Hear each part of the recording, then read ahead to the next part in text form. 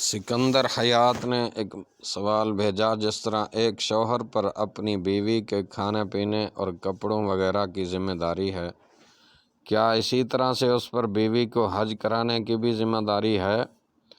اگر شوہر صاحب حیثیت ہے یا یہ اس کو اختیار ہے کہ وہ بیوی کو حج کرائے یا نہ کرائے، یہ اس کی شرعی ذمہ داری ہے یا نہیں ہے؟